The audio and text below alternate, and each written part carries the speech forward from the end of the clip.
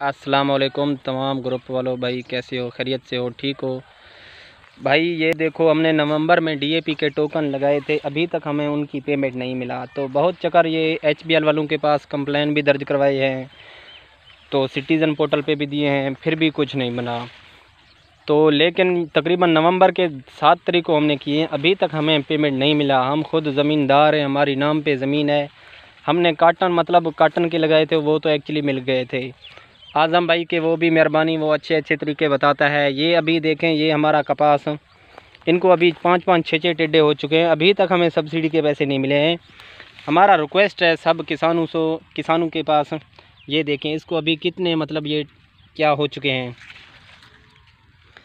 तो हम क्या करें, अभी नवंबर में लगाए थे वो डीएपी वाले, अभी तक हमें पेमेंट नहीं मिली।